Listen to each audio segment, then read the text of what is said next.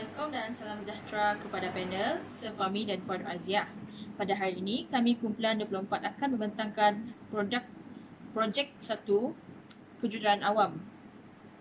Tajuk kami ialah Wooden Peace Holder. Supervisor kami ialah Sir Effendi. Saya, Nur Shalina Azlin binti Hussein, akan memulakan pembentangan kita pada hari ini dengan bab 1. Latar belakang kajian.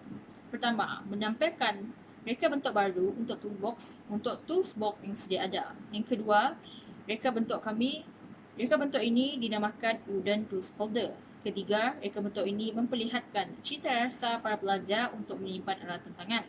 Dan keempat, rekaan ini diperbuat daripada papan kayu lapis dan berbentuk segi 4/4.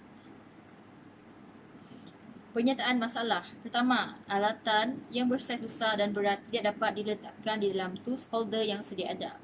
Kedua, membazir masa kerja kerana perlu berulang-alik ke stok alatan tangan.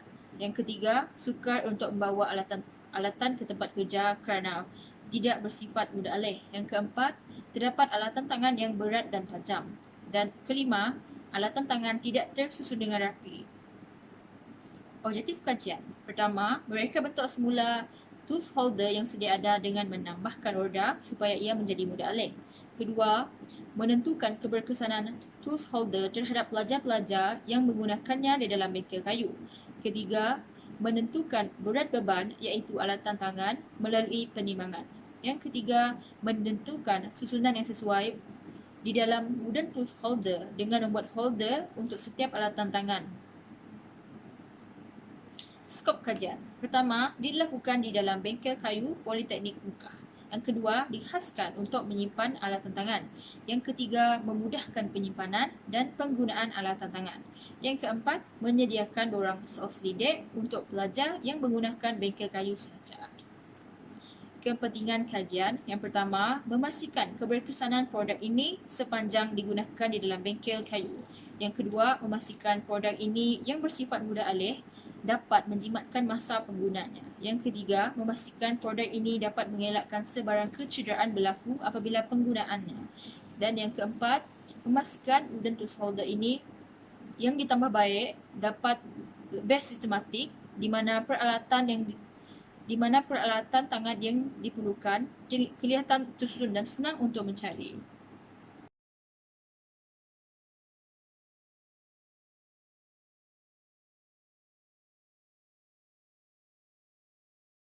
Juliana Anajun, pembentang yang kedua, akan membentangkan kajian literatur. Pengenalan. Kajian yang berdasarkan teori-teori yang digunakan dalam bidang yang berkaitan dengan jurnal, artikel, buku dan kajian surat khabar. Untuk pengurusan bengkel yang meliputi pengurusan alatan dan bahan yang terdiri daripada pemilihan alatan dan kelengkapan di bengkel kayu. Yang kedua adalah konsep. Papan lapis adalah produk yang diperbuat daripada lembaran veneer yang direka bersama dengan susunan tegak lurus. Menurut Hagreen dan Boyle pada tahun 1993, kemunculan papan lapis berlaku di Mesir sekitar 1500 sebelum Masihi yang diikuti oleh orang-orang Yunani kuno dan Romawi. Pembangunan industri papan lapis bermula pada tahun 1930-an. Seterusnya adalah jenis-jenis papan lapis. Yang pertama adalah milamito. Milamito adalah permukaan dirapisi polister milamidan supaya strukturnya halus dan licin. Yang kedua adalah MDF. MDF adalah hasil campuran serat kayu lembut dan keras yang dilekat menggunakan lilin atau lem. Yang kedua adalah tim blok. Tim blok adalah diperbuat daripada kayu jati yang disusun bersama. Yang keempat adalah merati. Merati adalah diperbuat daripada 3 keping kayu yang mana lapisan luar cenderung menjadi lebih nipis. Yang kelima adalah multiplex. Teksturnya ketat, lapisan kayu yang berpejal dan biar yang kecil supaya ia menjadi papan lapis kalis air.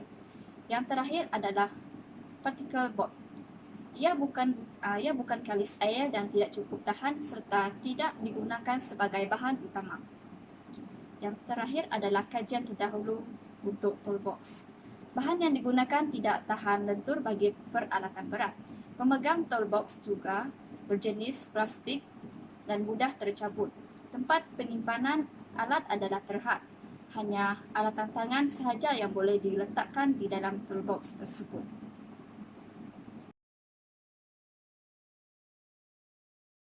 Saya adalah Azrin Ana Anthony. Saya adalah pembentang ketiga dalam grup 24. Saya akan membentangkan tentang metodologi kajian. Pertama sekali saya akan membentangkan tentang pengenalan. Keberkesanan kajian ini adalah untuk memastikan wooden tools holder yang diperbuat daripada papan lapis terpakai dapat membantu para pelajar melakukan kerja-kerja pertukangan. Hal ini memudahkan cara pencarian alat tangan dengan lebih cepat, penjimatan masa dan mengurangkan kecederaan. Kemudian adalah carta alir metodologi. Kami menggunakan 5 kaedah, iaitu kaedah yang pertama mengenal pasti masalah, kaedah kedua menganalisis, kaedah ketiga mereka bentuk, kaedah keempat pelaksanaan dan yang terakhir adalah pengujian. Kemudian kaedah pengumpulan data yang digunakan ialah melalui borang soal selidik. Ia dibahagikan kepada 2, iaitu data primer dan data sekunder.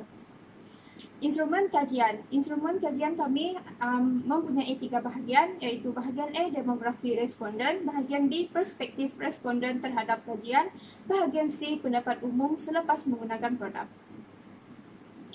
Kemudian adalah teknik persampelan. Teknik persampelan kami menggunakan package software SPSS, iaitu Statistical Package for Social Science untuk membuat borang soal selidik. Ini adalah antara contoh-contohnya. Assalamualaikum dan salam sejahtera. Saya Sahluddin bin Mardi akan membentangkan tentang reka bentuk projek kami. Seperti yang kita lihat, ini adalah reka bentuk kami yang bertajuk Wooden Stool Holder. Wooden Stool Holder ini dibuat dengan plywood jenis multiplex dan kayu. Wooden Stool Holder ini mempunyai 3 tingkat. Untuk tingkat yang pertama, bersaiz 60 cm untuk panjang, lebar 14 cm dan tinggi 12 cm. Untuk tingkat ini dibagi kepada 2 bahagian. Yang satunya dibuat seperti laci. Bahagian ini untuk meletakkan gergaji. Bahagian yang seterusnya untuk meletakkan benda yang berat seperti tukul, handrail dan sebagainya. Untuk tingkat yang kedua, ini untuk meletakkan screwdriver, mata handrail, berus dan sebagainya. Untuk saiz pada tingkat 2 ialah 30 cm untuk panjang, lebar 14 cm dan tinggi 7 cm. Untuk tingkat yang ketiga, untuk meletakkan pensil, kertas pasir, paku, pita pengukur dan sebagainya yang ringan sahaja. Di bahagian atas terdapat ensel untuk menyambung penutup untuk menutupi bahagian atas. Kami juga menggunakan roda untuk memudahkan membawa wooden stool holder ini ke mana sahaja.